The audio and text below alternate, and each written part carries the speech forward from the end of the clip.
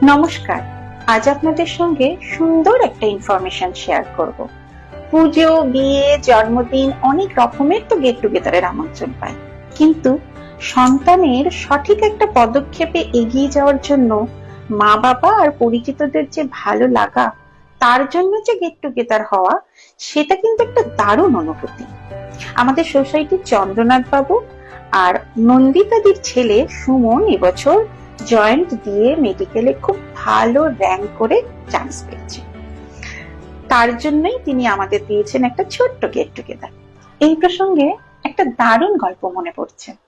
একবার মহর্ষি দেবেন্দ্রনাথ ঠাকুর আর তার পরিচিতদের সামনেই রবীন্দ্রনাথ ঠাকুর খুব ছোট্ট বয়সে, ওই ধরুন 5-7 বছর বয়স, খুব সুন্দর সুরেলা গলায় গান করেছিলেন। দেবেন্দ্রনাথ ঠাকুরের এতটাই পছন্দ হয়েছিল যে তিনি তখন তাকে 500 টাকা পুরস্কার করেছিলেন। ভাবুন, 1868-70 সালে 500 টাকার মূল্য কত ছিল? পুরো একটা ফ্যাক্টরি হয়ে যেত, কিংবা কলকাতার মতো জায়গায় শত শত একর জমি কেনা যেত। আসলে মা বাবার কাছে সন্তানের যে কোনো কৃতিত্বই অনেক অনেক বড় পাওয়া। খাওয়া দাওয়া গল্প তো হলো, সঙ্গে সুমন যে আমাদের আপকামিং ডক্টর, তাকে অনেক অনেক ভালোবাসা শুভেচ্ছা জানিয়ে ফিরলাম ফ্ল্যাটে। সবাই ভালো থাকবেন, আর ভিডিওটা কেমন লাগলো জানাবেন।